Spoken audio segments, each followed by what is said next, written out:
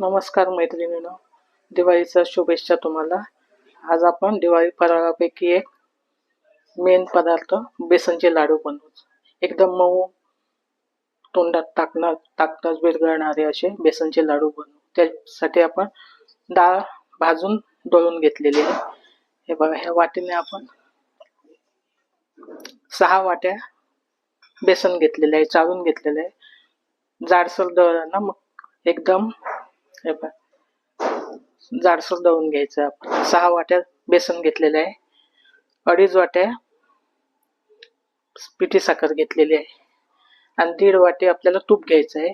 1 वाटी घेतलेली आहे, अजून अर्धा वाटी घ्यायचं आहे। ड्रायफ्रुट्स, वेलची पावडर, काजू।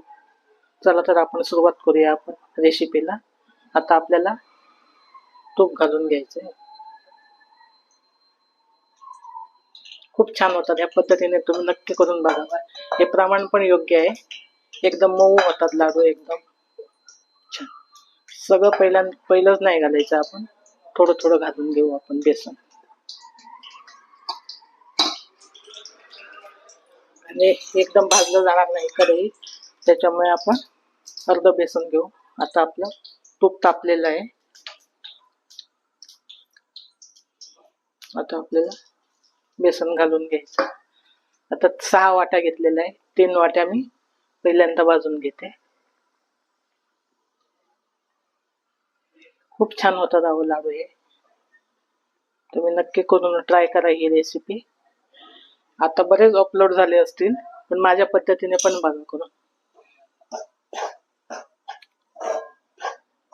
मंद गॅसवर आपण तूप टाकलं बी, मंद गॅसवर आपल्याला भाजून घ्यायचं आहे बेसन तूप।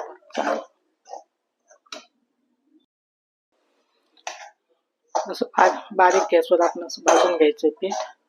तूप सगळं एकदम नाही टाकायचं, आपण थोडं थोडं टाकून आपण भाजून घ्यायचं आहे।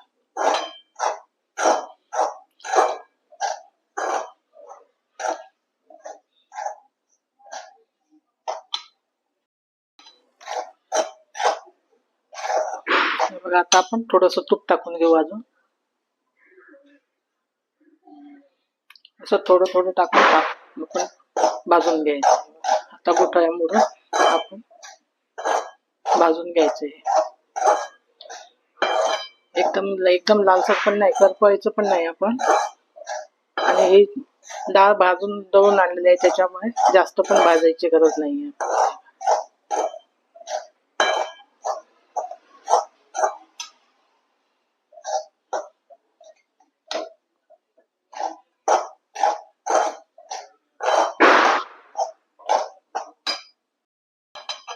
आपलं बेसन भाजून झालेलं आहे। आता हे बघा, तूप सुटायला लागलेलं आहे। आता आपल्याला गॅस बंद करून ड्रायफ्रूट घालून घेते। आता गॅस बंद केलेला आहे, ड्रायफ्रुट्स टाकले। आता आपल्याला कोमट होईपर्यंत वाट बघावी लागेल। कोमट असताना आपण पिठी साखर घालून घ्यायची।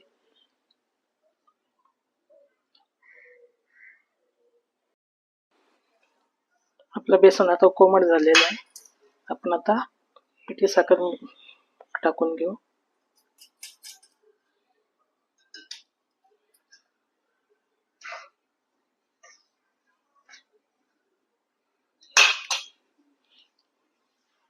चांगलं आपल्या हाताने मिक्स करून घ्यायची आपल्याला।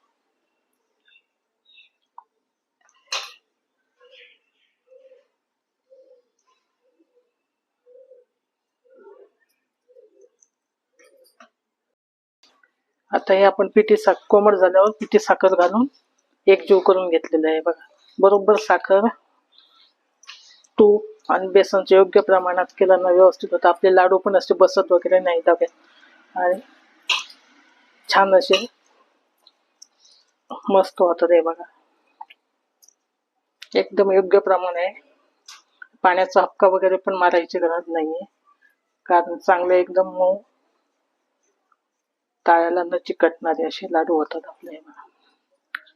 डब्यात ठेवलं तर एकमेकाला चिटकणार पण नाही, तसे आपले सुंदर लाडू तयार होतात। योग्य प्रमाणात मी सांगितलेलं आहे, त्याच प्रमाणात करून बघा। वरून आपण काजू लावून घ्या किंवा मनुका लावून घ्या, जे आपल्याला पाहिजे ते